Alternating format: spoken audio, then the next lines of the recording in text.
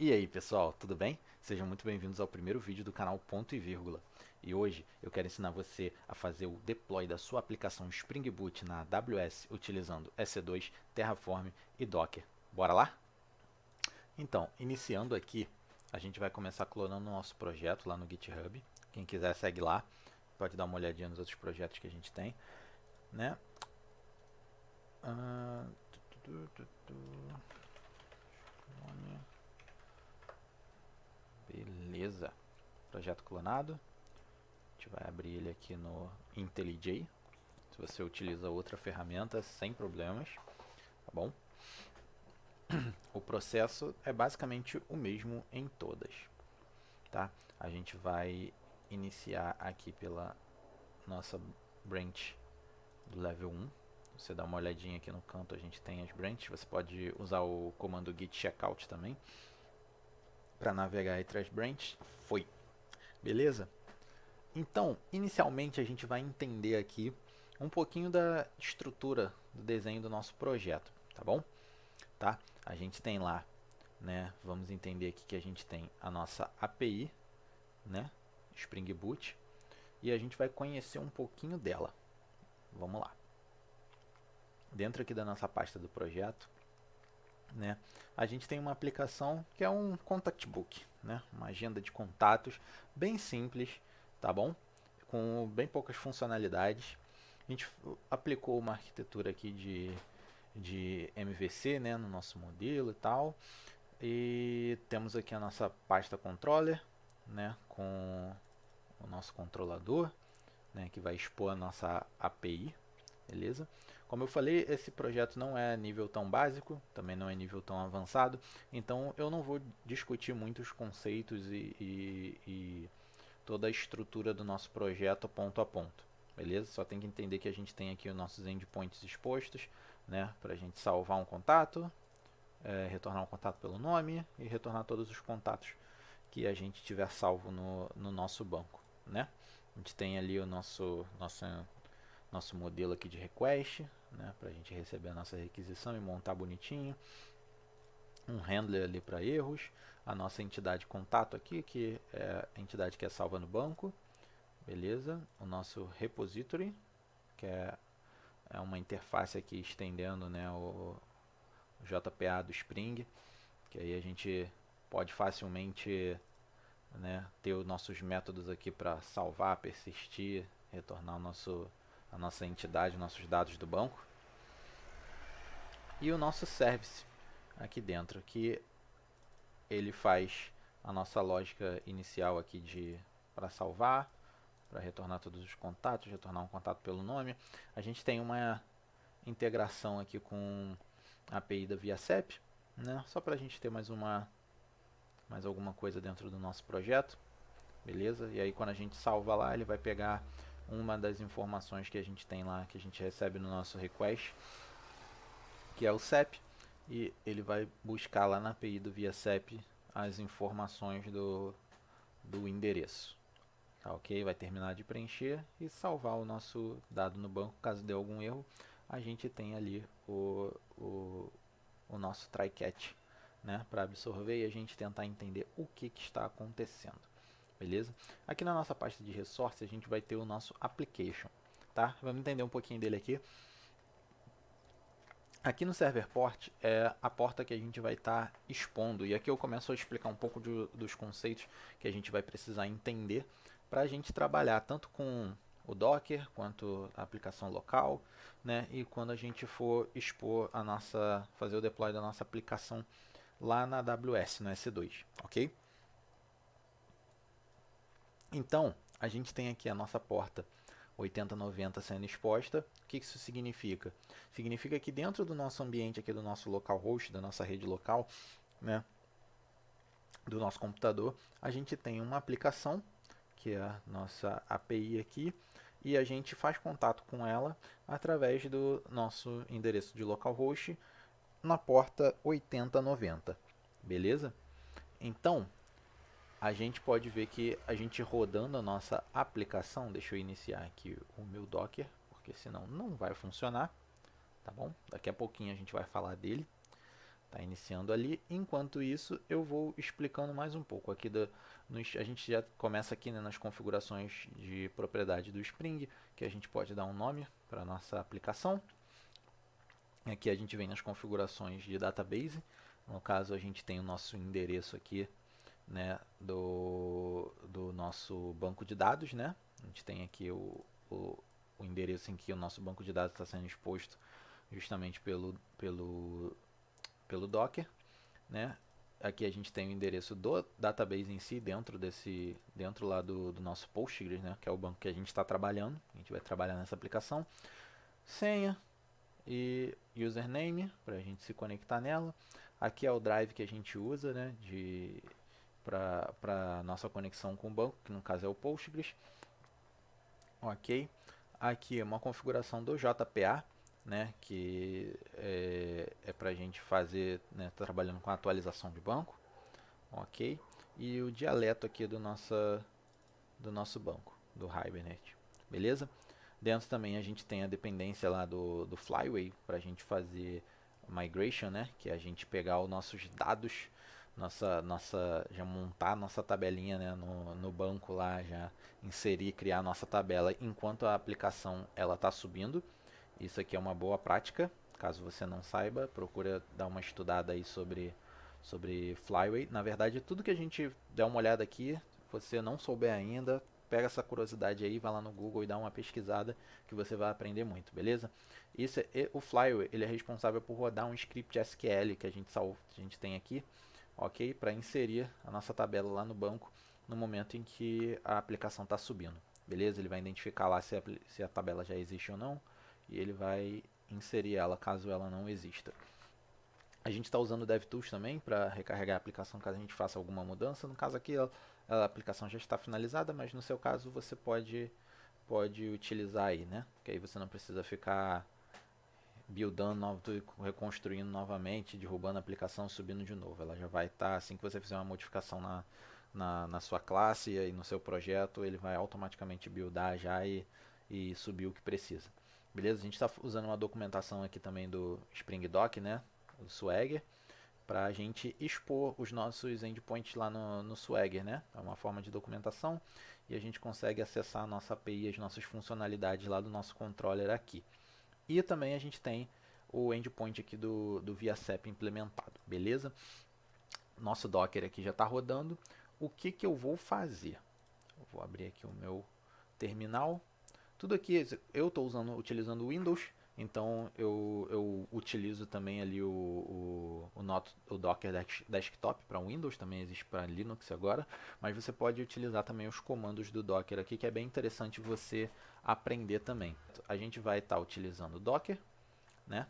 A gente vai estar utilizando o Spring Boot, né? E a gente vai estar utilizando aqui também, por enquanto, né, um banco de dados rodando no Docker. Beleza? Isso é o que a gente precisa saber até agora. Também a gente precisa entender que a gente está utilizando aqui nesse projeto o Gradle. Beleza? É um gerenciador de dependência. Tem gente que usa o Gradle, Maven, Ant, né? Você pode, para projetos Java, utilizar aí o que for melhor para você. Nesse caso aqui a gente está utilizando o Gradle. Ele já traz as funcionalidades que a gente precisa dentro dele também, né? A gente tem aqui as nossas dependências de web para a gente ter todas as funcionalidades, né, que a gente traz do Spring Web, o Tomcat rodando, né, as anotações, tudo que a gente precisa, o Actuator para a gente identificar lá o endpoint de saúde da nossa API, né?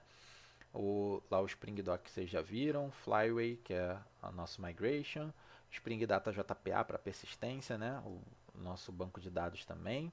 Aqui a gente está usando o Fang, que é a dependência que a gente utiliza, né? O Spring Cloud OpenFang para a gente conectar outras APIs, fazer uma chamada lá, como vocês viram aqui. Deixa eu abrir aqui o nosso cliente, tá vendo? A gente utiliza ele, o Fang, para fazer essa chamada. Ok, o DevTools que eu já falei, o Lombok aqui para facilitar a gente com as anotações, né? E então é isso, gerenciador, a dependência aqui do Dependency Management aqui, né, do Spring Cloud. E por enquanto é isso com relação ao Gradle. Daqui a pouco vocês vão ver mais um pouquinho do que a gente vai fazer com ele. beleza? Tá, então vamos lá, começando pelo Docker. O que a gente primeiro precisa fazer? Eu vou aqui dar um Docker Container ls para listar os nossos containers. Você pode ver aqui que a gente já tem alguns containers rodando, né? É justamente desse projeto, né, que eu criei. O que eu vou fazer? Eu vou derrubar todos esses containers aqui, acabar com eles, beleza? Para a gente iniciar o nosso projeto do zero. Deletar eles aqui. Fiz isso pelo nosso Docker Desktop aqui, que é mais rápido, mas você pode fazer também de outras formas. Se eu der de novo aqui o Docker Container ls, você pode ver que não tem mais nenhum container rodando. Beleza? Clear.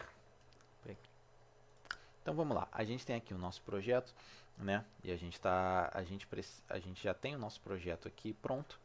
E só que para a gente rodar ele, a gente tem a dependência do nosso banco de dados estar funcionando. O que a gente vai fazer? Em vez da gente instalar um banco de dados, a gente vai rodar o banco de dados Postgres usando o Docker. A gente vai rodar num container Docker aqui, tá? Como eu falei, você precisa ter o Docker instalado. Se você não tem, vai lá na página do Docker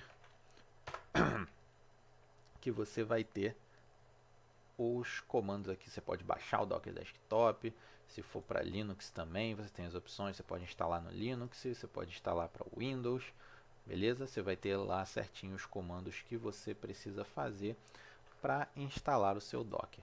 Mas aí, o que a gente poderia fazer? Ah, eu vou lá no Docker e vou pegar uma imagem do Postgres.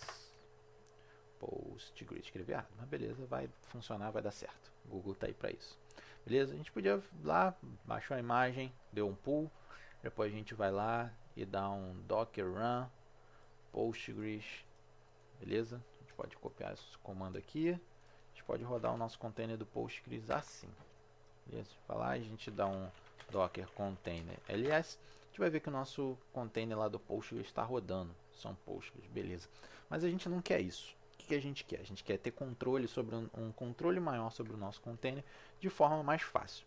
Então, primeiro a gente vai acabar com esse container aqui, docker stop some Postgres, que é o cara ali que está rodando. Parei ele. Agora a gente vai deletar esse cara, some Postgres, beleza? Se eu der um docker container ls-a, a gente vai ver que a gente tem um outro Postgres rodando ali. Rodando não, né? Tá parado. Então a gente vai deletar esse cara também. Docker rm, qual é o nome? Adoring German. Já foi embora. Agora sim. Se a gente der de novo um docker container ls-a, nenhum container rodando. É isso que a gente quer. A gente pode identificar aqui que não temos nenhum container rodando. Beleza? A gente não quer rodar dessa forma. A gente quer usar o Docker Compose, né? Que ele mostra até aqui pra gente a forma como a gente utiliza. Junto com o nosso Docker Compose, a gente vai achar esse arquivo aqui no nosso projeto. Está lá na pasta Deploy Docker.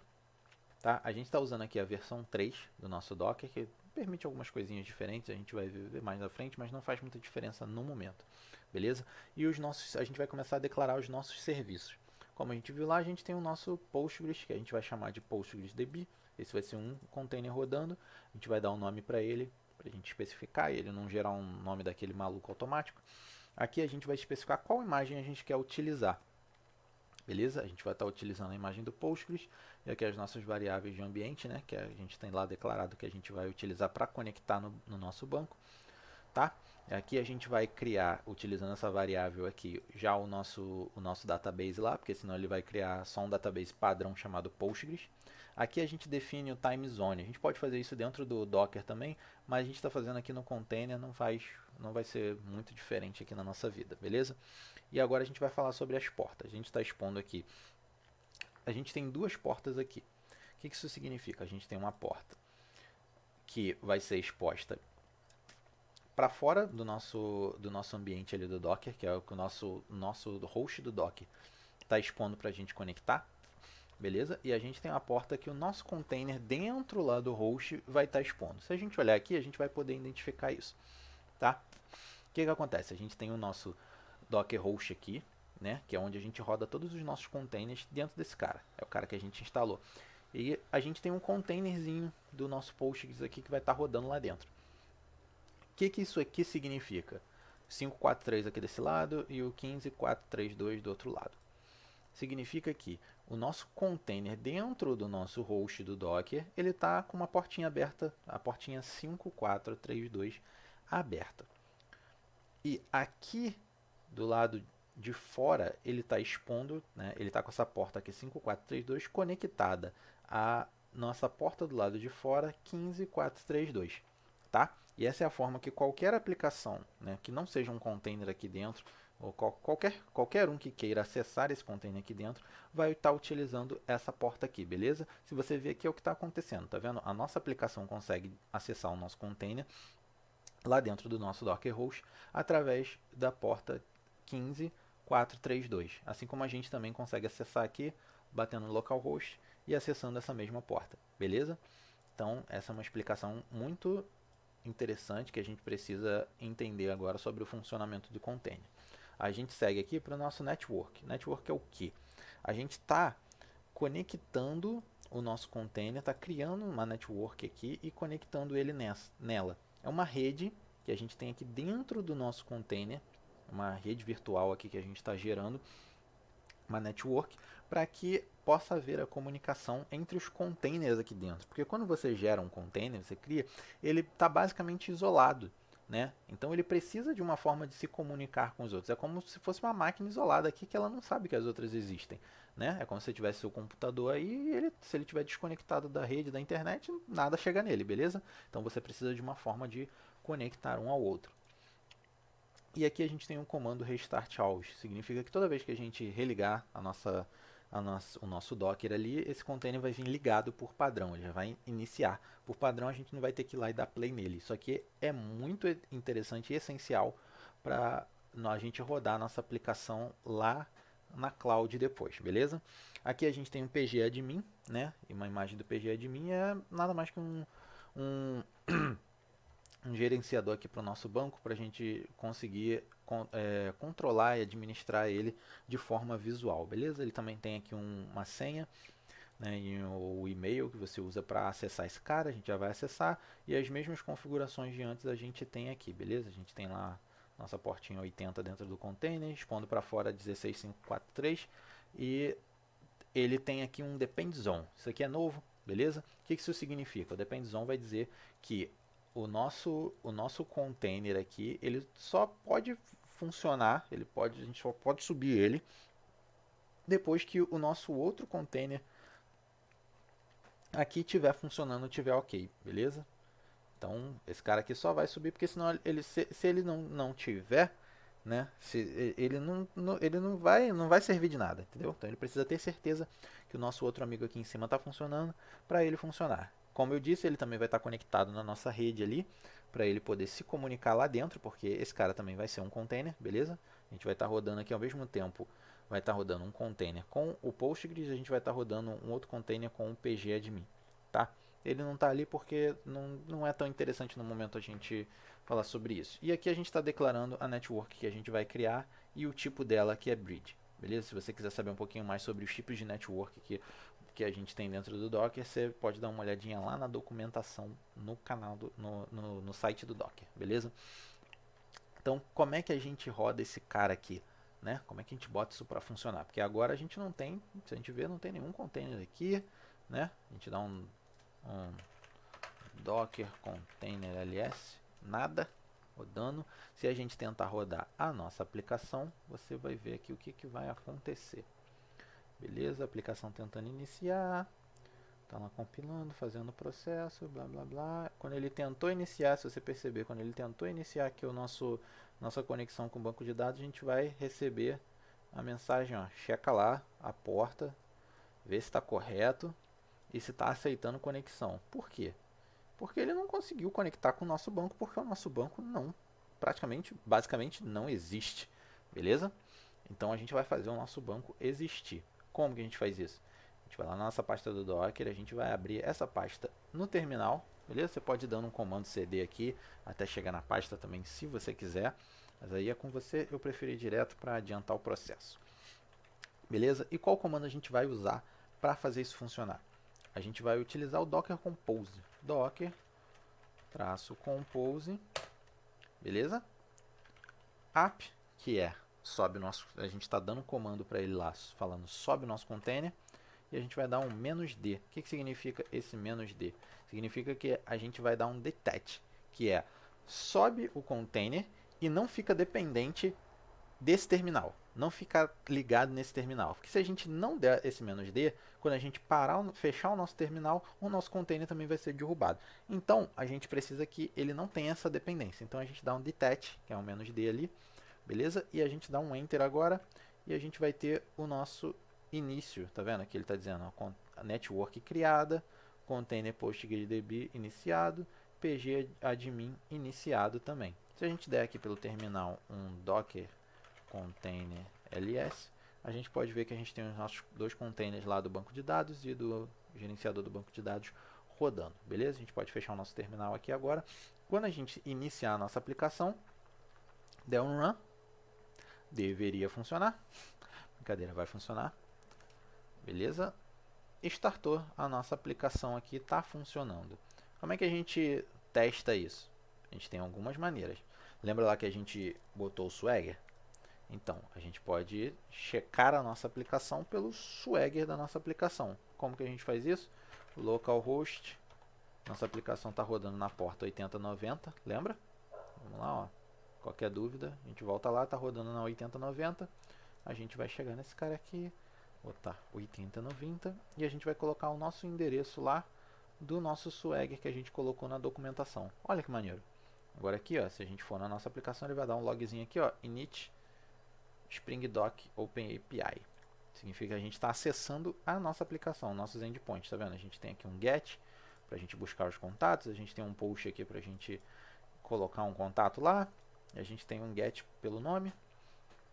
Outra coisa que a gente pode ver aqui, verificar que está tudo funcionando direitinho, a gente pode entrar no localhost 16543, que é o que? É o nosso PG admin, para a gente acessar o nosso banco de dados através dele. A gente vem aqui, admin. A primeira vez que a gente fizer isso, que a gente estiver utilizando esse cara aqui, assim que a gente subir o nosso container, a gente vai precisar conectar ele com o nosso banco de dados, beleza? Depois a gente pode automatizar isso se a gente quiser. No momento não é o foco, tá? Se você já sabe aí como conectar ao banco de dados no Docker, provavelmente você já sabe, então tá, beleza. Qualquer coisa você busca um tutorialzinho aí que é bem rápido, bem tranquilo. Aqui no hostname a gente usa o mesmo nome do nosso container, que vai facilitar a vida. Ao invés da gente usar o endereço, a gente pode utilizar o nome do container que ele vai identificar. E lembra que eu falei que ele tá esses dois containers estão rodando lá dentro do Docker? Então qual porta a gente vai utilizar? A gente tem a porta 15432, que é a nossa porta fora do nosso Docker host, e a gente tem a 5432, que é dentro do nosso Docker host. O que isso significa? Se o nosso PG admin está rodando aqui dentro, então o lugar que ele vai tentar conectar, que ele tem que conectar, é na 5432, beleza? Quando a gente der um save aqui, ó, entramos no nosso banco de dados. Se a gente olhar lá dentro, a gente tem o nosso contact book, que é o banco de dados que a gente mandou ele criar assim que ele subisse. Tá vendo? Beleza, então tudo funcionando, tudo conectado, nossa aplicação funcionando. Se a gente quiser, a gente pode enviar aqui, ó, fazer um post lá, dar um tryout, e aí enviar as nossas informações, testar nossa API, ver se está tudo funcionando. 99999, beleza. E aí a gente precisa de um CEP real, beleza. E a gente bota um número qualquer aqui, tá? Por que a gente precisa de um CEP real? Porque ele vai buscar o CEP lá na nossa API e vai identificar pra gente. A gente dá um try aqui, vamos ver. Tivemos um problema que é not find the CEP. 3. Ah, tá, porque o CEP tá mal formatado, né? Tem que botar o CEP certinho para funcionar. todos os números de um CEP. Então, beleza. Aqui, ó, temos lá, ó, ele trouxe certinho o nome da nossa rua, o número que a gente colocou, beleza? O endereço. Então, a gente pode ver que a nossa API está funcionando. Se a gente quiser dar uma olhada lá, ó, a gente tem uns logs aqui, tá? Com os dados que a gente enviou. Esse aqui foi o log de erro. E aqui embaixo a gente tem o nosso log certinho que a gente salvou lá. Tudo certo. Tá, nossa API é isso aí, tá funcionando, beleza? E aqui a gente finaliza a primeira parte do nosso projeto. A gente entendeu como funciona o Docker Host aqui, né? Como funciona a exposição das nossas portas, como subir um container utilizando o Docker Compose. Só dá mais uma pesquisada se você ficou com alguma dúvida aí, pode mandar nos comentários que a gente responde. E essa foi a primeira parte, level 1, né, do nosso entendimento aqui do nosso projeto, primeira etapa para a gente entender o que a gente precisa fazer para subir a nossa aplicação, né, funcionando lá na Amazon. Ok? Pessoal, muito obrigado por vocês assistirem até aqui. Fica ligado aí na gente, dá um joinha, se inscreve no canal para vocês não perderem o próximo vídeo, a parte 2, level 2, de como a gente sobe a nossa aplicação Spring Boot utilizando Docker na AWS, beleza? Valeu!